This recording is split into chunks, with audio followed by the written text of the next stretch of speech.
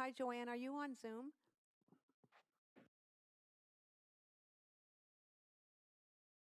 Okay, great.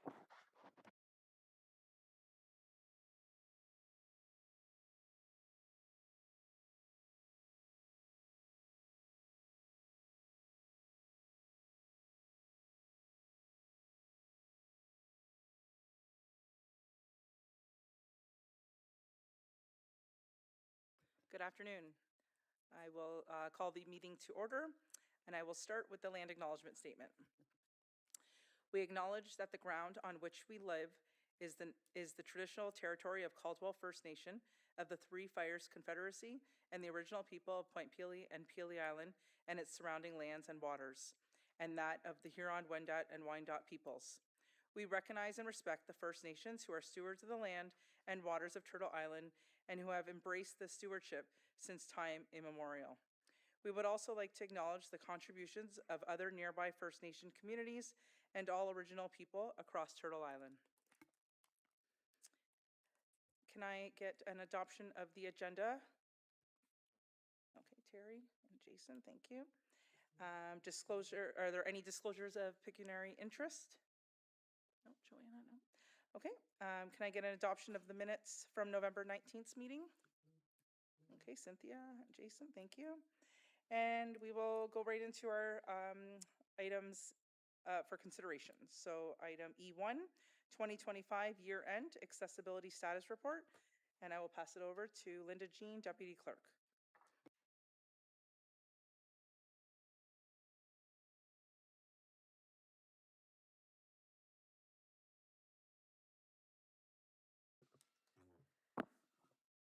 Thank you, Councillor Richo Spagnolo. Yeah, I'm here to present the year-end accessibility status report. This is a legislative requirement under the AODA that we prepare this report and post it on our website for the community to see. We also have created a 2023 to 2027 multi-year plan, and we work with that plan to create the services and provide the accessibility features throughout the year, and then we report on that at year end. So just as a really broad overview, I've kind of made a list of what the committee did over the year in 2025.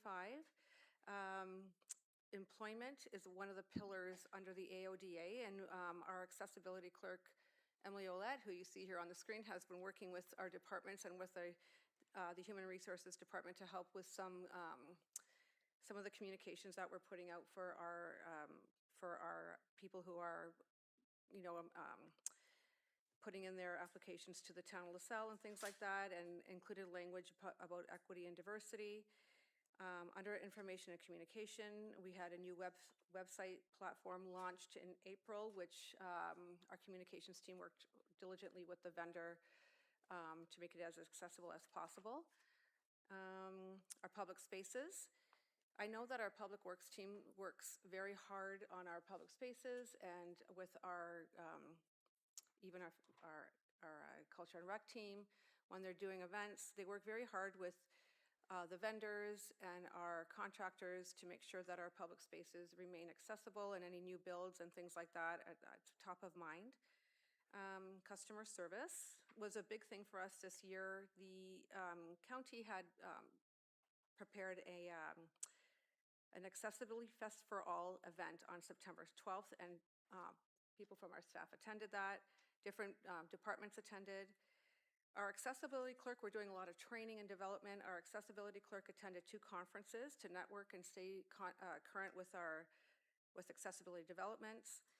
We have programming that's inclusive. We have a wheelchair was requested for at the LaSalle Event Center, which we complied with, things like that.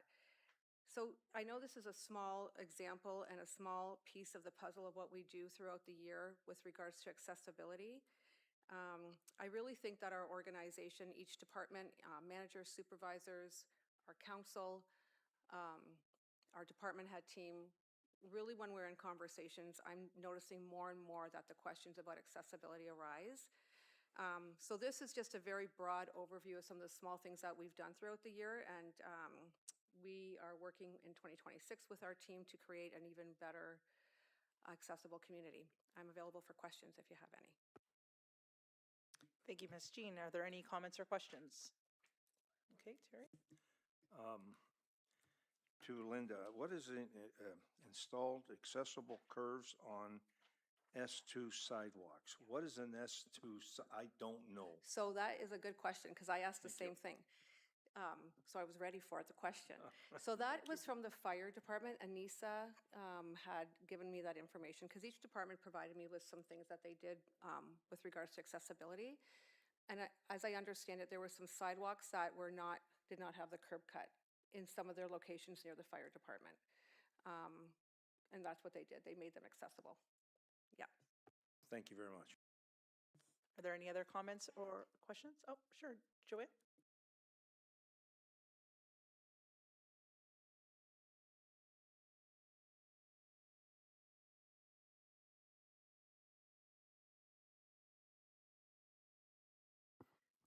That's a great question. No, we do not. But that is definitely something that we should look into for 2026. I do know that even the outreach that we're doing with regards to accessibility through our communications department, they're working hard at that as well. Emily Olette is actually working with them when we're doing any website content, graphics, all those sorts of things. We're working hard on the 2026 election with regards to making that accessible, all our communication. So we can definitely look into that and see what we can come up with for the year end for 2026.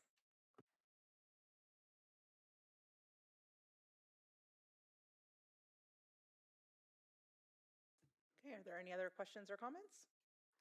No? Okay, seeing none, there's a recommendation that the report of the Deputy Clerk dated January 28, 2026, CS-2026-001 regarding the 2025 year-end accessibility status report be received. Councillor Burns and Jason, thank you. Okay, we will move on to item number 2, 2025 post by-election accessibility report. And we have Emily Olette, accessibility clerk, will be presenting the report.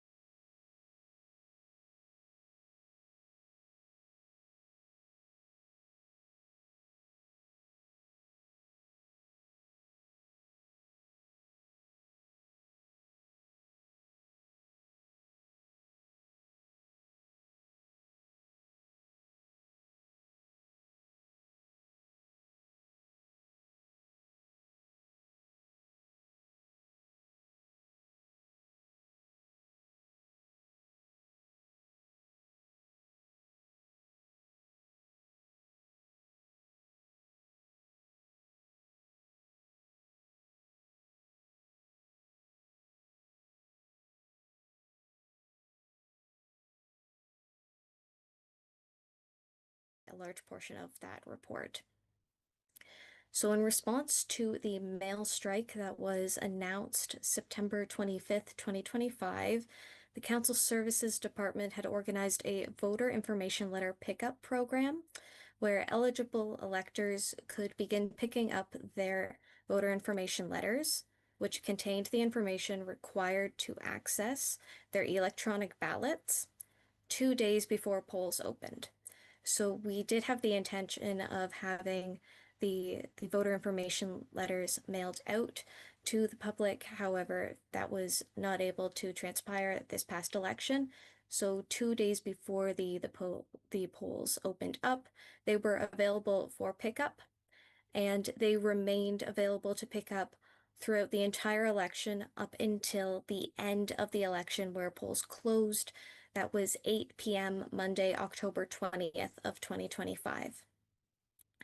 Eligible voters were permitted to pick up any voter information letters for eligible voters residing at the same address as well, to alleviate some of that stress.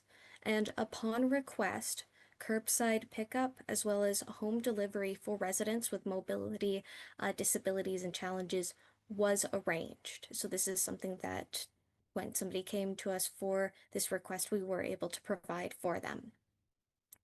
In terms of our voting methods, because it was an internet election, we still had prepared to have a few in-person voting opportunities. But one of the things that one of the pieces of feedback that we had received was a computer mouse. So we did have other methods of using the computers, for example, the touchpad. It was a touch screen laptop. There was also a pen stylus that you could use with the touch screen laptop as well to cast your vote there. However, some feedback was to have a computer mouse, and we were able to add that to all of the booths that we provided at the Civic Center. Some other feedback that we are considering for the following election would be to provide some chairs with supportive armrests for the electors who are using our booths, as well as some additional directional signage throughout the voter help centers that we will be setting up. Additionally, we did plan a little bit ahead of this because it was included in our by-election accessibility plan. We normally don't make use of them because we don't normally have service disruption. But in this case, we did follow our plan, and we did put out some notice of service disruptions regarding the postal strike there. So because the mail wasn't able to be distributed, we were able to communicate that notice of service disruption to the public. We were able to do this through water billing slips, radio announcements on Mix 96.7 and AM 800. There was a special e-newsletter that was sent out. There was multiple social media posts. There was a website banner anytime you would log on to LaSalle website. We also had some messages on the outdoor electronic signage at the Volmer and the Civic Center. There was also messages on the lobby signs at the Volmer, the Civic Center. We had some A-frame signs as well. And there was signage at the reception desk. All of this providing notice to the public that there was a service disruption in the preparation of this election. And what we were doing to mitigate that disruption. So the ability to come in and pick up the voter information letters. Otherwise, everything else would have been rolled out just as we had planned without this disruption. A little bit more feedback that we did receive was that some electors were hoping to find a bit more information about their candidates in a bit of an easier process. So we're looking to improve the way that we allow electors to find that information about their candidates. So working on communicating our transparency for that information. I am available for any questions, but those were the highlights of the barriers that we were able to address and some feedback noted from this past election. Thank you, Ms. Olet.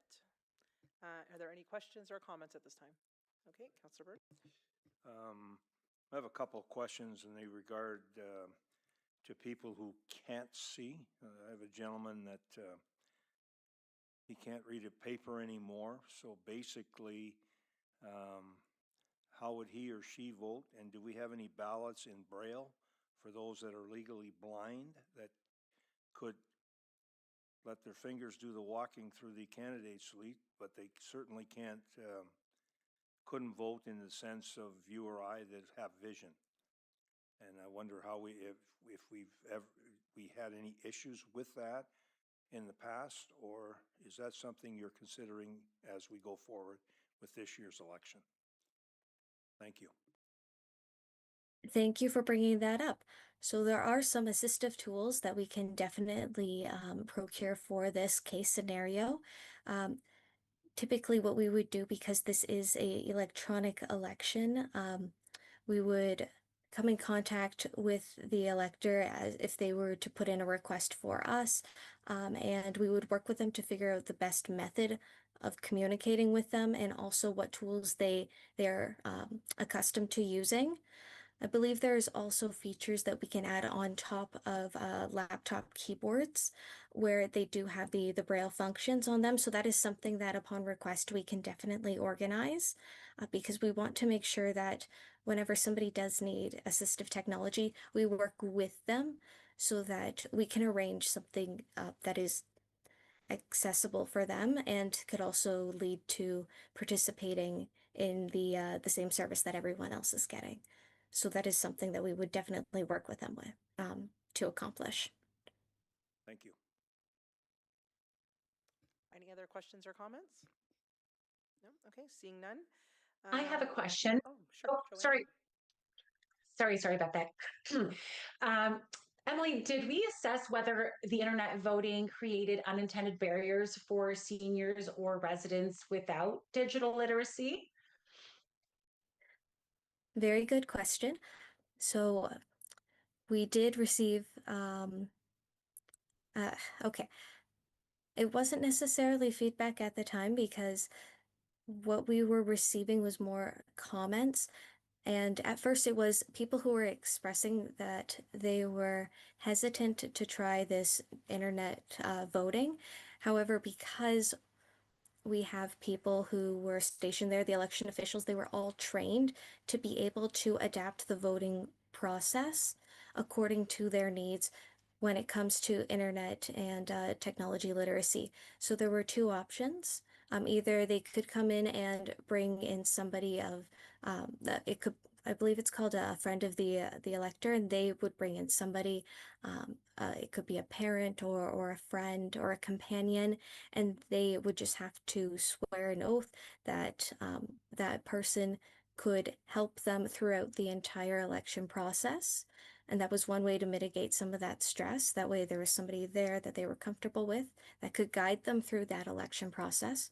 Or there was also the election officials who could provide that same service where we would help walk them through the different steps as required to be able to cast their ballot. There were two options for that. One where we would just provide the directions vocally, or if they would like it a step further, where they feel uncomfortable with using the mouse or using the touch screen, that we could then, with the oath signed, help them move forward with those actions. However, there were I can't recall any members of the public who, once we did assist them, who had left the booth, either the booths that we had at the Civic Center or the booths that we had set up at the two retirement homes. I can't recall anyone who was disappointed in the experience that they were provided. In fact, we had seen a lot of enthusiasm at the retirement homes, especially at Seasons. The members of the public there were quite excited to try it out. So it was it was a really good experience. That's great to hear. I just have one more comment building on the previous suggestion, just in terms of accessibility going forward. Would it be possible for us to consider for future elections, like short, plain language or video explainers with ASL and captions for individuals so that it just provides them another level of accessibility? That is a wonderful suggestion, and we will make note of that. And when the time comes for us to present this accessibility plan for this election to the committee, we'll see what we'll be able to come up with. Thank you. Okay, Councillor Burns. Okay, being an 80-year-old, so I am a senior. I can tell you in the last 3 elections that seniors have not voted because they want to vote in person. So the one thing we did last by-election, election before, seniors are allowed to come in. Some seniors, as an example, if they lived in the Heritage area and they wanted to vote, they expected to vote at the Christian Fellowship Church across the way. Or if they lived in the old LaSalle, maybe at Sacred Heart School. So seniors probably are not, they'll make one of two choices, not to participate at all, or hopefully somebody can take them to a thing, but there's still a group of seniors between 75 and 100 that are not very comfortable with using computers and voting digitally. Or as we did in our first election, 1-800, please enter your 16-digit code number. Well, when you can't see and you make one mistake, the third one is goodbye. And then in that election as well, if you voted and you wanted to vote for 5 and you happened to vote for 2, and then it said hit star or number, they did, and then they weren't allowed to vote for the next 3, and there was no correction ability in the process to allow them or us to check if they voted for 2 or if they voted for 5, because we had no in-person voting. So those are just my concerns, and I know that probably in the next 10 years, that will not be a problem, because most of us will have gone on to better places. Thank you. Just my comments.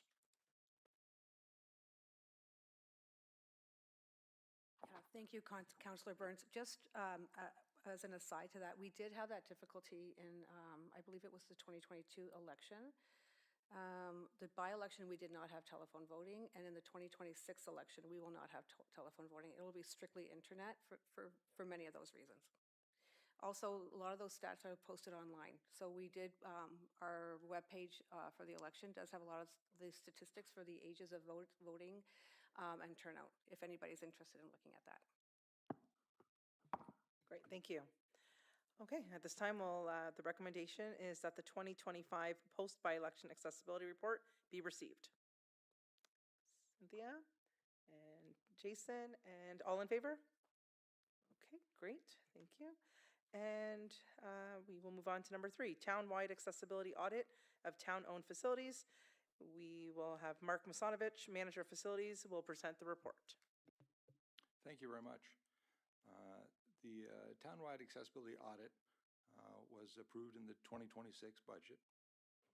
We're going to complete that audit of all the town indoor facilities. There's a list of them there. There's 8 indoor facilities, and then there's several other outbuildings, including washrooms, outdoor pool, things along those lines. The audit will assess each site's compliance with current accessibility standards and best practices, identifying barriers and opportunities for improvement. We've secured JP Thompson Architects, and we're working with Julie Sawchuk, Accessible Solutions. The goal of the accessibility audit is to identify opportunities for improvement and enhancements that will make town facilities more welcoming, functional, and barrier-free. Upon completion of the audit recommendations will be reviewed by administration and brought forward as budget allows. Available for any questions. Thank you, Mr. Masanovich. Are there any questions or comments? Jason? Just one question. Would we ever look at putting signage up on some of the handicap spots saying van accessible only? That's a great question. I think as a part of this audit, we're going to find a lot of things that maybe we could and should be doing. And so we're looking forward to getting that comprehensive audit done. Sounds good. Thank you. Thank you. Are there any other questions or comments? I just have a question. Sure, Joanna. Will the final audit be made, or the audit summary rather, will it be made available publicly? Thank you for the question. I believe it will. I believe the audit contents will be available. Okay. Go ahead, Linda. So I think Scott and Mark are heading that up, correct? You as Yes. well? Or is it just Mark? Okay. No, Mr. Bisson. Both of you? Okay, Scott Bisson and Mark Bisonovich are heading up this project. So I do understand that the results will be brought back to the committee once everything's said and done. I think that's something that we had talked about, but there's more to come on that. Yeah, there'll definitely be more to come, and we'll probably be working with Julie and putting together a high-level presentation of the findings. Counselor Burns? Will there be public input? Like there will be meetings for public to have input to the audit? I Or don't believe, I consultation. don't believe that's a part of the audit Okay. process. Thank you. Okay. No other questions or comments? Oh, Scott? Maybe just one thing to add. Some of the committee members may recall that one of the consultants working on this is Julie Sajak, who came to our committee and presented. So, after that meeting, we've had several conversations, and this is what her company does. And then working obviously with JP Thompson, who we work with on several other projects, we have a lot of confidence that they'll bring a really fulsome audit forward and allow us to bring back sort of their findings. And as Mark was saying, that certainly then that'll be sort of brought to council with regards to budget and which things we can move forward with. But we've had great conversations with them thus far and have a lot of confidence in them. So Great, thank you. Okay, seeing no other comments or questions, the recommendation before us is that the report of the manager of facilities dated February 2nd, PW-06-2026, regarding a town-wide accessibility audit of town-owned facilities be received. Counselor Burns and Cynthia, all in favor? Okay, and that's great. And then are there any questions or statements from members of the committee? Nope, seeing none. Our next meeting is scheduled for April 22nd at 3:30. Thank you, and the meeting is adjourned.